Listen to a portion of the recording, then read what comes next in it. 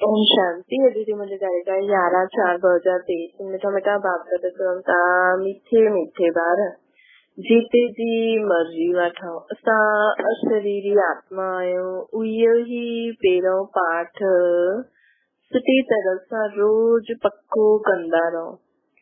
प्रश्न संपूर्ण सरेंडर के चइबो आहे? उत्तर जो संपूर्ण सरेंडर हूंदा आहिनि उहे देही अभिमानी हूंदा आहिनि। इहा देह बि असांजी न आहे, असां नंगा ठहींदा आहियूं। हाणे असां नंगा ठहिया आहियूं। असां तन मन धन जो कुझु आहे उहो बाबा खे अर्पण कंदा आहियूं। सभु मुंहिंजो समाप्त करे पूरो ट्रस्टी थी करे रहंदा आहियूं। रहणो ई संपूर्ण सरेंडर थियणो।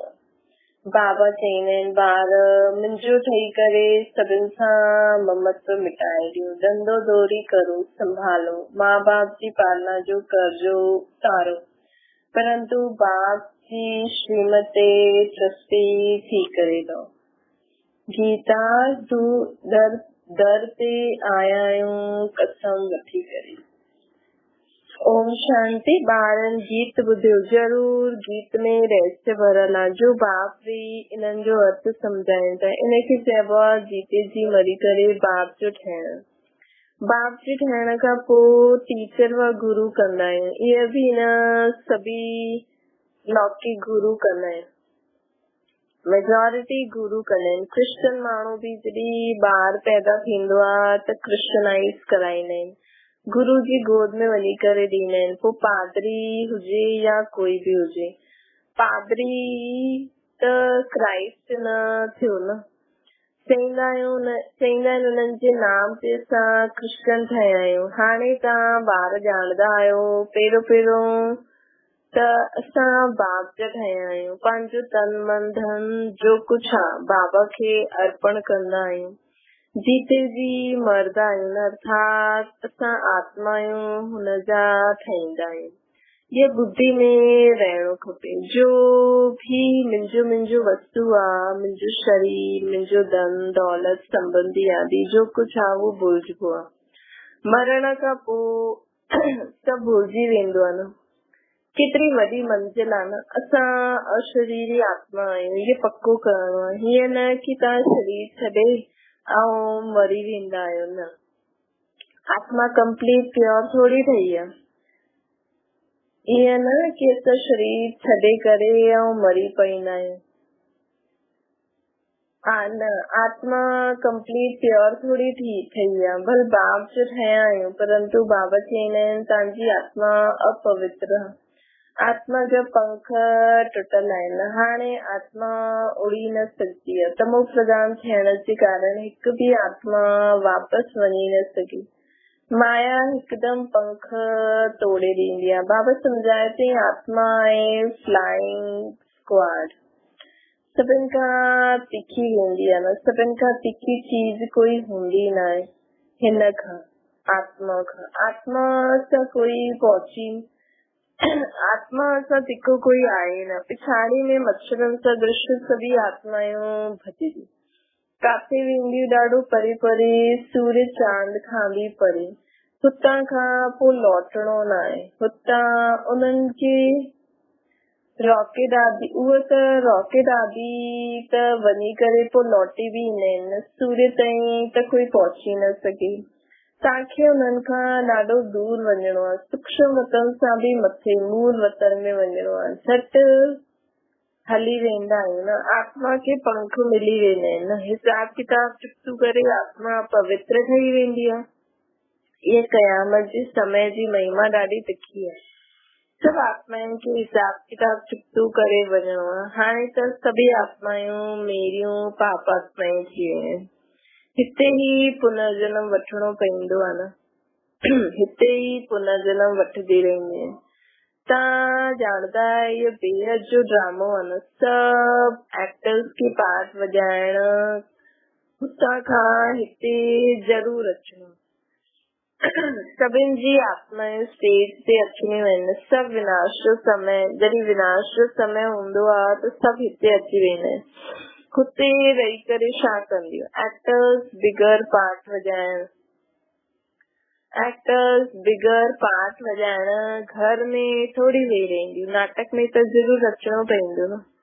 त बाबा चवनि था जॾहिं विनाश जो समय हूंदो आहे त सभु अची वेंदियूं आहिनि, मथां खां हेठि अची वेंदियूं आहिनि, हुते रही करे छा कंदियूं, मतिलबु अंत में बि आत्मायूं हिकु ॿ जेके बि हूंदियूं आहिनि उन्हनि खे अचिणो ई पवंदो आहे न। सभिनि आत्माउनि खे अंत में हेठि अचिणो ई पवंदो आहे। नाटक में त जरूर अचिणो पए न। हुतां खां जॾहिं सभु हली ईंदा तॾहिं पोइ बाप सभिनि खे वठी हलंदा। बाप चवंदा आहिनि मां भल हिते आहियां, त बि आत्मायूं ईंदी रहंदियूं आहिनि, वृत्ति खे पाईंदा रहंदा आहिनि नंबरवार। पोइ तव्हां वेंदा बि नंबरवार, सॼो तव्हांजी अवस्था ते मदार आहे न। हिन करे मर्ज़ीवार ठहिणो आहे। असां आत्मायूं आहियूं, निश्चय रखणो आहे न। त बाबा चवनि था ॿार घड़ी घड़ी देह अभिमान में अची करे पोइ बाबा खे भुलिजी वेंदा आहिनि। देही अभिमानी तॾहिं थींदा जॾहिं कंप्लीट सरेंडर थींदा। बाबा इहे सभु तव्हांजो आहे, मां बि तव्हांजो आहे न। इहे देह जीअं की असांजी आई न, हिनखे मां छॾां थो। बाबा मां त तव्हांजो आहियां। बाबा चवंदा आहिनि मुंहिंजो ठही ऐं सभिनि सां ममत्व मिटाए ॾियो। बाक़ी हीअं न हिते अची करे वेही रहणो आहे। तव्हांखे पंहिंजो धंधो आदि बि करणो आहे, घर आदि संभालणो आहे, ॿारनि खे कर्ज़ो उतारणो आहे न। माता पिता जी सेवा करे हुननि जो उजूरो उतारणो आहे। ॿारनि खे माउ बाप जी पालना जो कर्ज़ चढ़ंदो आहे न। ॿारनि ते माउ बाप जी पालना जो कर्ज़ चढ़ंदो आहे। जॾहिं बाप तव्हांजी पालना करनि था त तव्हांखे पहिरों ई सरेंडर कराइणो कि सभु कुझु मूंखे ॾियो, उन्हनि सां पोइ तव्हांजी पालना थींदी। इहो बाबा जो भंडारो आहे न। माता पिता त ॿारनि जी पालना कंदा आहिनि। शुरू में जो बि आया सभिनि झटि सरेंडर कयो, पाण वटि कुझु न रखियो, सरेंडर कयो। पोइ हुन धन सां बिगर छुट्टी पैसो आदि कुझु कीअं ॾेई सघंदा आहिनि। जीअं शास्त्रनि में हरिश्चंद्र जी कहानी आहे न, परंतु यथार्थ त कुझु आहे न। भारत बिल्कुलु पवित्र हुयो। भारतवासी जहिड़ा पवित्र सुखी कोई हूंदा न आहिनि। भारत सभिनि खां वॾो तीर्थ आहे न, जाते पतित पावन बाप अची करे सॼी सृष्टि खे, तत्वनि खे बि पवित्र ठाहींदा आहिनि। बाबा चवनि था भारत सभिनि खां वॾो तीर्थ आहे, जाते पतित पावन बाप अची करे सॼी सृष्टि खे, तत्वनि खे बि पवित्र ठाहींदा आहिनि। हाणे इहे तत्व आदि सभु दुश्मन आहिनि। अर्थक्वेक आदि थींदी, तूफान लॻंदा, शरीर तमो प्रधान आहिनि। बाबा चवनि था अर्थक्वेक आदि थींदी, तूफान लॻंदा, शरीर तमो प्रधान आहिनि। नेचुरल क्लैमिटीज़ ईंदियूं, ॾाढो दुख थींदो। हिन समय सभु दुख जी चीजियूं आहिनि। सत्य में आहे सभु सुख जी चीजियूं। हुते तूफान व गरम हवायूं आदि कुझु न हूंदियूं। तव्हां में बि ॾाढो थोरो सम्झंदा आहिनि। अॼु आहिनि कल्ह न आहिनि। जो चवंदा आहिनि कुझु न सम्झंदा आहियो, अॼु आहिनि कल्ह न हूंदा। जो चवंदा कुझु न सम्झंदा हुया, बस हिते ईंदा आहिनि, परंतु सभु कायम थोड़ी रहंदा आहिनि। हितां खां विया 10 ॾींहं पोइ समाचार लिखंदा आहिनि कि बाबा फलाने खे माया खाई वई। अहिड़ा ॾाढा रहंदा। नंढा फूल हूंदा आहिनि त हुनमें फल बि अचे। नंढा फूल आहिनि, वॾा फूल हुजनि त हुनमें फल बि अचे। फल अची वेंदो आहे त ॿियनि खे त आपसमान ठाहिण जी ताक़त रहंदी आहे न। उन्हनि जो फल निकिरंदो आहे। बाबा जा ठाहिया त पोइ प्रजा बि ठाहिणी आहे न, वारिस बि ठाहिणो पए। ईअं न पंडा ठही बाबा वटि अचो बस असां पहुची वियासीं, न। मंज़िल ॾाढी वॾी आहे। चवंदा आहिनि माया जी तूफान ॾाढा आहिनि। बाबा चवंदा आहिनि बाबा माया जा तूफान ॾाढा आहिनि। अरे तव्हां बाप जा ॿार ठहिया आहियो, तूफान त ईंदा न। चईंदा बाबा असां तव्हांजा हुयासीं, तव्हांखां वस्तु वरितो हुयोसीं, पोइ पुनर्जन्म वठिजे वठिजे 84 जन्म पास कया, पोइ अची करे तव्हांजा ठहिया आहियूं। मां त तव्हांखां वस्तु वठी करे छॾंदमि। त अहिड़े बाप खे केतिरो यादि करणो पवंदो ऐं आसमान ठाहे फल ॾियणो, न त मालिक कीअं ठहींदो? पंहिंजो वारिस कीअं ठाहींदो? प्रजा बि खपे ऐं वारिस बि खपे, त गद्दी ते वेह न। बाबा वटि त ॾाढा ईंदा आहिनि, पोइ फारकती ॾेई छॾींदा आहिनि, बुद्धि जो योग टुटी पवंदो आहे न। बाबा चईंदा आहिनि कई बार बाबा सां अची करे पुछंदा आहिनि, बाबा अवस्था खे कीअं जमायूं, कोई तूफान न लॻे। उन्हनि खे त रास्तो बतलाईंदा ई रहंदा आहिनि कि बाप खे यादि करो, तूफान त लॻंदा न। बॉक्सिंग में ईअं कॾहिं ॾिठो हुजे हिकु ई थप्पड़ खाईंदो रहे? ज़रूर ॿिन्हिनि में हिम्मत हूंदी आहे न। थप्पड़ हिकु उहो लॻाईंदो त 10 थप्पड़ उहो लॻाईंदो। ये बि बॉक्सिंग आहे न। बाप खे यादि कंदा रहो त माया भॼजी वेंदी, परंतु फट सां त न थींदो न। माया सां कुश्ती लड़णी आहे, ईअं न सम्झो माया थप्पड़ न मारदी, भले कोई बि हुजे न। वॾी बॉक्सिंग आहे न, ॾाढा भॼी वेंदा आहिनि। माया हिकदमि नक में दम करे ॾींदी आहे। युद्ध स्थल आहे न। बुद्धि योग लॻाइण सां माया ॾाढा विघ्न विझदी आहे। महिनत सॼी योग में आहे। बाबा चवंदा महिनत सॼी योग में आहे न। भल बाबा चईंदा आहिनि ज्ञानी तो आत्मा मूंखे प्रिय आहे, परंतु ईअं न कि सिर्फ़ ज्ञान ॾियण वारा प्रिय आहिनि। पहिरियों योग पूरो खपे। बाबा खे यादि करणो, माया जे विघ्न सां धजो न।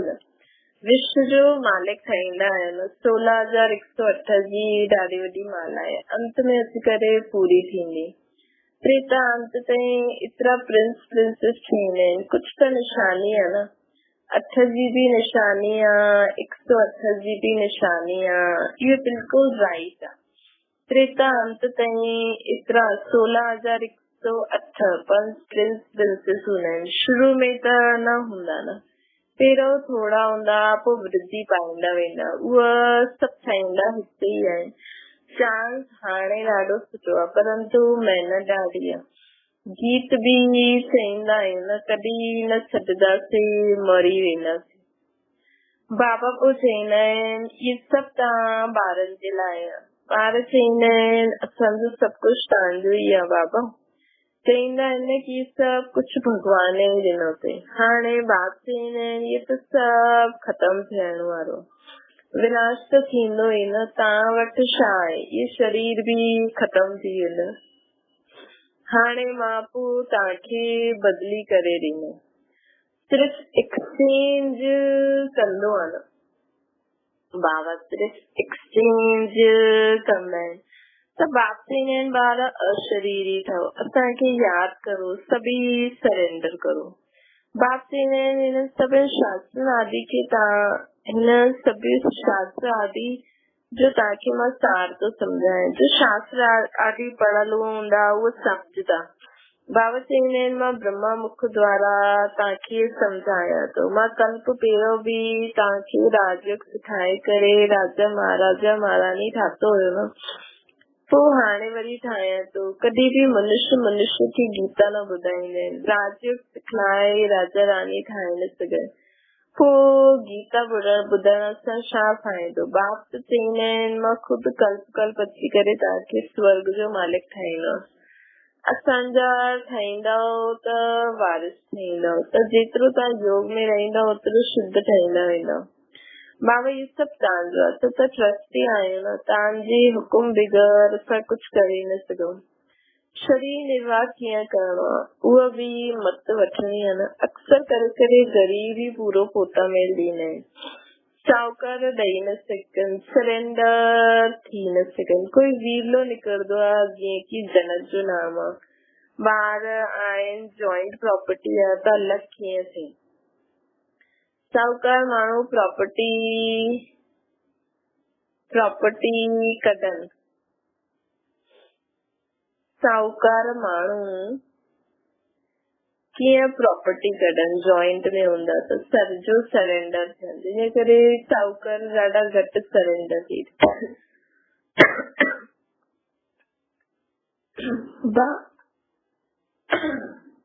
बाप आहे गरीब निवास, सभिनि खां गरीब मातायूं आहिनि, उन्हनि सां बि जास्ती गरीब कन्यायूं आहिनि।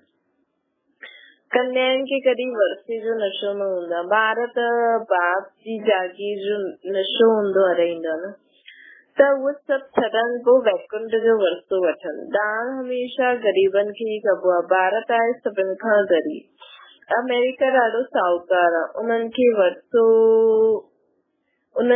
वरसो ॾींदा आहिनि छा? भारत सभिनि खां साहूकार हुयो, कोई धर्म न हुयो, सिर्फ भारतवासी हुया, हिकु भाषा हुई, गॉड इज वन।